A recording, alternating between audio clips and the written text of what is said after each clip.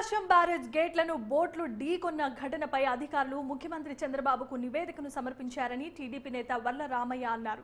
ప్రభుత్వాన్ని అప్రతిష్టపాలు చేయడానికి ఈ కుట్ర చేసినట్లుగా నిందితులు అంగీకరించినట్లుగా ఆయన వివరాలను వెల్లడించారు. మాజీ సీఎం జగన్మోహన్ రెడ్డి, వైసీపీ నేత సజ్జల రామకృష్ణారెడ్డికి తెలియకుండా ఇది జరిగే ప్రసక్తే లేదని వల్ల రామయ్య ఆరోపించారు. సార్, అందరికీ నమస్కారం అండి.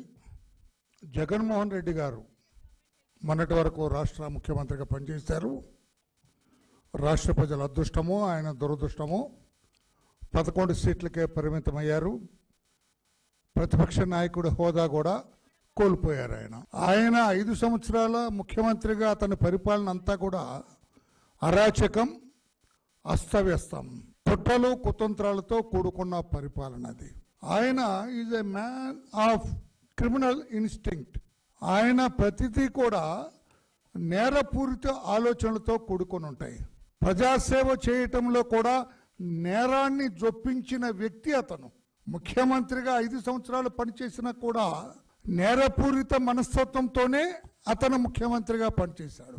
అధికారంలోకి రావటానికి కూడా he used his criminal instinct wear ever it is necessary. ఎక్కడెక్కడైతే అవసరం ఉందో అక్కడ ఈ క్రిమినల్ ఇన్స్టింక్ట్, నేరపూరిత ఆలోచనలు ఆయన వాడుతూనే ఉన్నారు.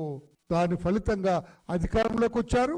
5 సంవత్సరాలు ముఖ్యమంత్రిగా పనిచేయటం జరిగింది. చాలా దురదృష్టం అది. నిన్న ప్రకాశం బ్యారేజ్ దగ్గర ఈ పడవలతో ఢీకొట్టడం కూడా జగన్మోహన్ రెడ్డి గారి కుట్రలో భాగం అది.